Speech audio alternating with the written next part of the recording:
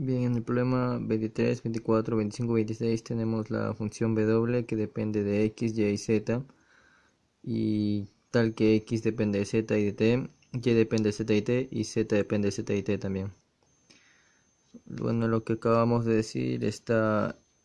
graficado de esta manera. La función w depende de x, de y y de z, la función x depende de t y de s, la función y depende de t y de z, la función z depende de t y de s. Para el problema 23 nos piden calcular la derivada de w con respecto de s y la derivada de w con respecto de t. Bien, según la regla de la cadena,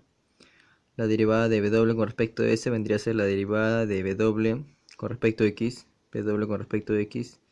por la derivada de x con respecto a s,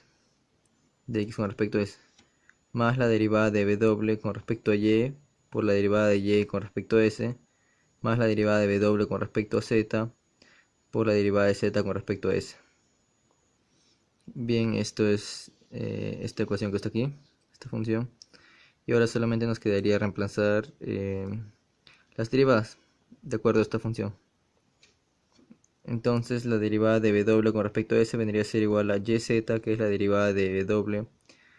con respecto a x, por la derivada de x con respecto a s, que es 1, más la derivada de w con respecto a y, que vendría a ser x por z, más la derivada de y con respecto a s, que vendría a ser 1, más la derivada de w con respecto a z, que vendría a ser x por y, por la derivada de z con respecto a s, que vendría a ser t al cuadrado. Y bien, entonces toda esta ecuación nos da la derivada de w con respecto a s. Ahora nos piden también hallar la derivada de w con respecto a t. Para eso aplicamos el mismo método, solo que cambiamos las variables s por las variables t. Vendría a ser igual a la, entonces derivada de w con respecto a t vendría a ser igual a la derivada de w con respecto a x por la derivada de x con respecto a t, más la derivada de w con respecto a y por la derivada de y con respecto a t, más la derivada de w con respecto a z por la derivada de z con respecto a t. Y bien, reemplazando